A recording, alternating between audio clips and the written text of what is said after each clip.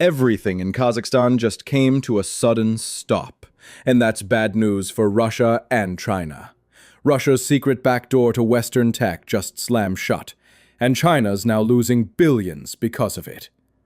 See, this isn't about simple trade anymore. It's an economic chokehold. Over 8,000 trucks packed with high-value gear like drones, microchips, and fiber-optic cables are stuck at the border. That's the kind of blow that makes even Putin sweat. Now, instead of barking orders from the Kremlin, he's out trying to charm his old Soviet buddies into doing business again. But here's the twist. Those same allies are starting to turn their backs. Even Russian state TV can't hide it. Some hosts are losing their minds on air, demanding a new special operation, this time against Kazakhstan. But deep down, everyone knows the Russian army can't handle another failure. After Western sanctions cut off Moscow's supply lines, Kazakhstan quietly became Russia's lifeline, funneling tech and supplies the military desperately needed. But now, that tap's been turned off. Putin's running out of cash, and his army's running out of time. This all started back in 2023, just a year after Putin's invasion of Ukraine. When the plan to seize Kiev in 3 days fell apart, he had to find another way to keep his war machine alive. That's when countries like Kazakhstan, Armenia, and China stepped in, becoming the middlemen for Western goods Russia could no longer buy directly. For months, analysts tracked these sneaky trade routes, watching sanctioned products disappear from Western exports, only to pop up again in Russia's neighboring countries. At first glance, it looked like sanctions were working. UK exports to Russia dropped to nearly zero. But when you looked closer, something strange appeared. Those same goods suddenly started flowing into countries like Kazakhstan and Kyrgyzstan. And instead of slowing down, the trade actually grew, up more than 100% compared to before the invasion. These countries began buying products they'd never needed before 2022, suddenly becoming obsessed with things like microchips and high-tech tools. The data even got a bit absurd. For example, just look at Kazakhstan's new trade boom with Gambia. Before 2022, Kazakhstan and Gambia barely even knew each other existed, trade-wise at least. But fast forward to 2023, and suddenly Kazakhstan's buying $3 billion worth of machinery, vehicles, medicine, electronics, even aircraft, all from Gambia. Here's the catch. Gambia doesn't actually make any of that. They just buy it from somewhere else, slap their name on it, and pass it along. Kazakhstan does the same, except their final customer is Russia. It's like a game of hot potato with Western tech, and Putin's the one catching it at the end. And Kazakhstan wasn't alone. Pretty much every country near Russia jumped on the bandwagon. Right after the invasion, their demand for Western goods mysteriously exploded. But Kazakhstan was the heavyweight here, by far the biggest player re-exporting EU and US products straight into Russian hands. You can't really blame them from a business standpoint. Russia was desperate for high-tech parts, especially the kind known as dual-use goods, items that can be used for both civilian and military purposes. And Kazakhstan didn't need to make anything, just buy, resell, and profit. It was easy money. As Charlie Munger famously said, "Show me the incentive and I'll show you the outcome." And the incentive here? Billions in profit. So, what did the West do? The US and EU decided to kill the profit motive altogether. They started working on new measures to make it too risky and too costly for Kazakhstan to keep feeding Russia's war machine. But before we get there, let's clear up what dual use really means. Take something as simple as a calculator. Seems harmless, right? But the tiny chip inside that calculator, that same chip, could power a missile. The kind Russia fires at Ukrainian homes, power plants, even shopping malls. That's why Western sanctions targeted products like these. So now, Russia can't just order calculators from Texas Instruments anymore. Instead, they have to bounce them around the world, maybe through Gambia, then the UAE, Turkey, Kazakhstan, before they finally reach Moscow. And every stop along the way adds another layer of cost and complexity to Putin's already crumbling system. So yeah, the sanctions are still biting Russia. Something as small as a calculator that costs you and me $10 now costs Moscow 20, maybe 25. And when you're buying thousands of them, that extra cost really stings. But the EU isn't celebrating just yet, because while prices are up, Russian missiles are still flying, powered by those same dual-use parts slipping through loopholes. So last month, Brussels started talking about hitting Kazakhstan with secondary sanctions, basically punishing them for letting sanctioned goods sneak into Russia. Here's how that works. Sanctions don't just hit the target country, they hit anyone who helps the target dodge them. Companies, banks, even other governments. If you help Russia move money or goods under the radar, you get blacklisted too. And once that happens, good luck doing business globally. That's because almost every international trade deal touches the US dollar at some point. Whether you're buying oil, cars, or coffee beans, the payment has to pass through an American bank, directly or indirectly.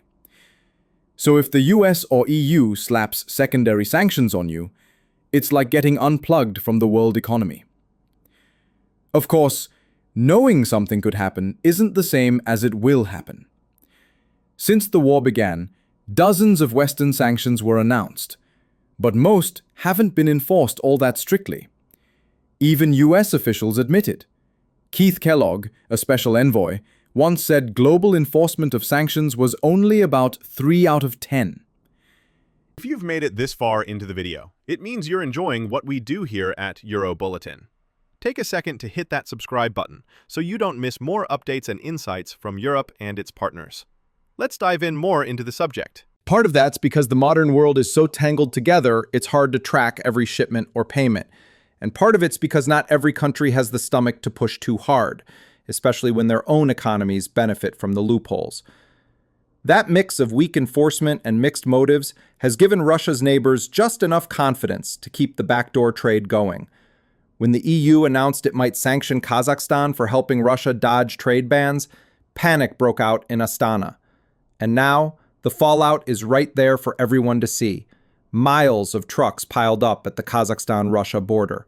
Drivers are posting videos cursing in frustration. It's a total mess. Nothing's moving.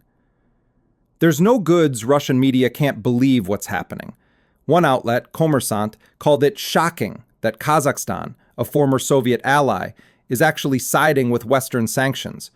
Their report showed that nearly 99% of all cargo is now being checked.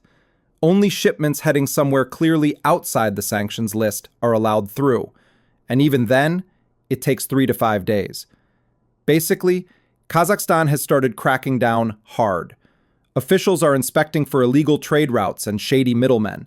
If a truck's carrying anything that could be considered dual use, like drones, chips, or other high-tech parts, it's either turned back or straight up confiscated. And to make things worse, China's National Day holiday shut down its borders from October 1st to 8th, adding even more chaos. The result? A massive traffic jam that's choking trade between Russia and its most important neighbors. Now, technically, the border isn't closed. It's just moving painfully slow. But in business, time is money.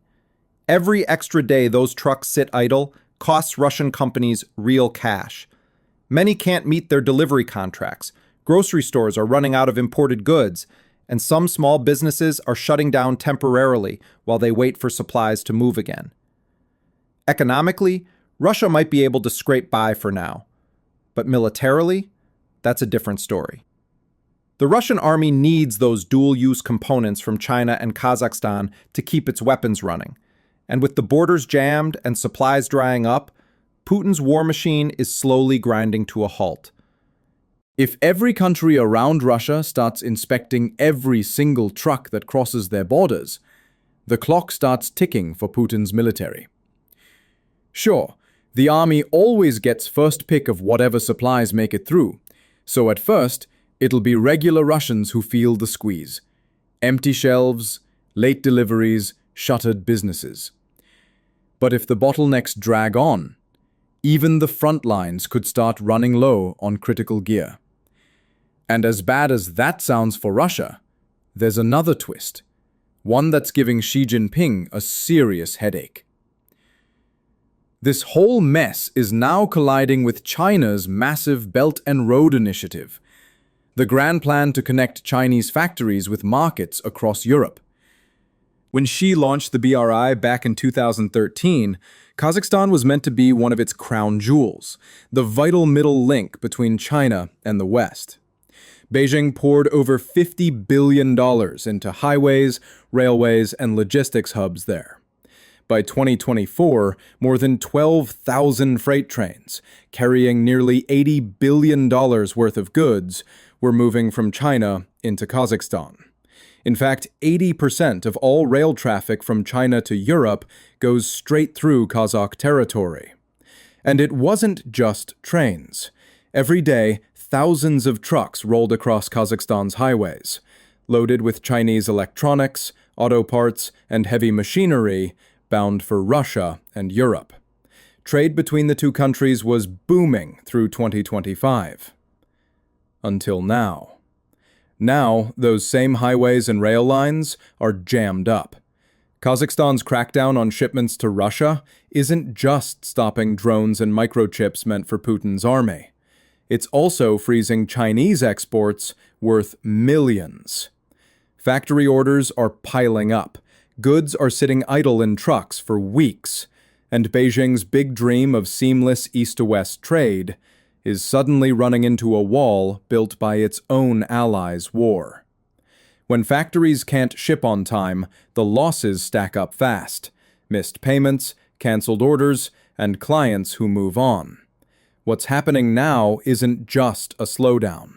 It's turning into a silent blockade. Goods that once flowed freely across borders before the war are now trapped in red tape and inspections.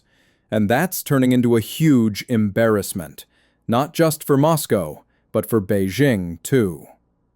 Every few weeks, something new hits China's Belt and Road dream. Last month, it was Poland tightening its borders. This month, it's Kazakhstan's crackdown. Different players, same root cause: Russia's war. For Putin, this crisis hits on multiple fronts, but the part that really stings might be the loss of respect. His dream of reviving a Soviet sphere is slipping away. The old fear that once kept former Soviet states in line? Gone. Across Central Asia and the Caucasus, countries like Kazakhstan, Armenia, and Azerbaijan are quietly breaking free from Moscow's shadow. Some are looking west. Armenia and Azerbaijan even met at the White House. China's working off of China, Turkey, the EU, and even the Gulf. To them, Russia isn't the protector it once claimed to be. It's a liability. And that's exactly what made the recent summit in Tajikistan so awkward. In the past, these gatherings were shows of Russian strength. This time, it felt more like a plea for attention. Behind closed doors, Putin was likely begging his neighbors, "Keep trading with us. Don't bow to Western pressure. Stay loyal." But loyalty doesn't pay the bills, and most of these nations know it. Russia's war has gutted its economy, exhausted its army, and shredded its reputation. The empire that once commanded half of Eurasia is now a hollow shell. Russia used to be the center of gravity in the region. Now it's a black hole. And as its former allies drift away, Putin's dream of rebuilding that empire is collapsing right in front of him. And that's where things stand. A region once pulled tightly around Moscow, now quietly slipping free. One handshake, one border check, one broken promise at a time. Putin's surrounded, not by enemies with tanks, but by former friends chasing new futures without him. The question now isn't whether Russia's losing its grip. It's how far it'll fall before someone tries to catch it, or decides to let it crash.